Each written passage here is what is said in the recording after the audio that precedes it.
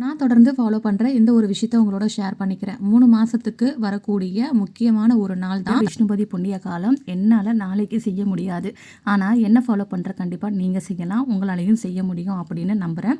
அதனால தான் இன்றைக்கி மறக்காமல் இந்த வீடியோ ஷேர் பண்ணியிருக்கேன். விஷ்ணுபதி புண்ணிய காலம் அப்படிங்கிறது 4 மாதத்துக்கு ஒரு முறை வருங்க. இப்போ தான் கார்த்திகை மாதம் போச்சு. அதுக்கப்புறம் பார்த்திங்கன்னா இப்போ மாசி மாதத்தில் வரும். இந்த மாசி மாதம் 1ஆம் தேதி நாளைக்கு வெள்ளிக்கிழமை. அதுவும் இல்லாமல் பெருமாளுடைய ஏகாதசி விரதமும் ரொம்ப விசேஷமாக இருக்குது. இந்த நாளை நீங்கள் தவற விடாதீங்க. உங்களுடைய சங்கல்பம் என்ன, உங்களுக்கு என்ன தேவை இருக்குது அப்படிங்கிறத பெருமாள் கிட்ட மனசார வேண்டிக்கோங்க.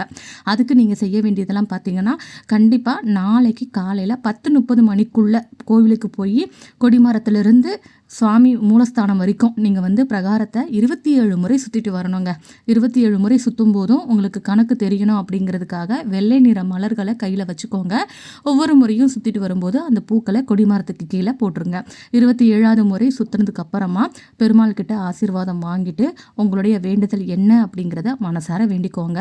ஒவ்வொரு முறையும் சுற்றும் போதும் கண்டிப்பாக பெருமாளுடைய நாமங்களை மட்டுமே சொல்லிட்டு சுற்றுங்க. மற்ற எண்ணங்கள் உங்களை மனசுக்குள்ளே வரக்கூடாது.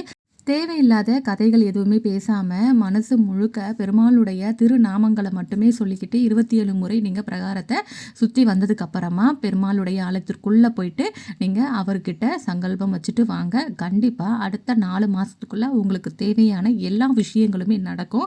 இது கண்டிப்பாக ஒரு நல்ல வழிபாடு. இந்த வழிபாடு நீங்கள் செஞ்சீங்க அப்படின்னா உங்களுக்கு தேவையான அனைத்துமே அந்த பெருமாள் அவருடைய ஆசீர்வாதங்களோட அனுகிரகத்தோடு உங்களுக்கு கிடைக்கும்.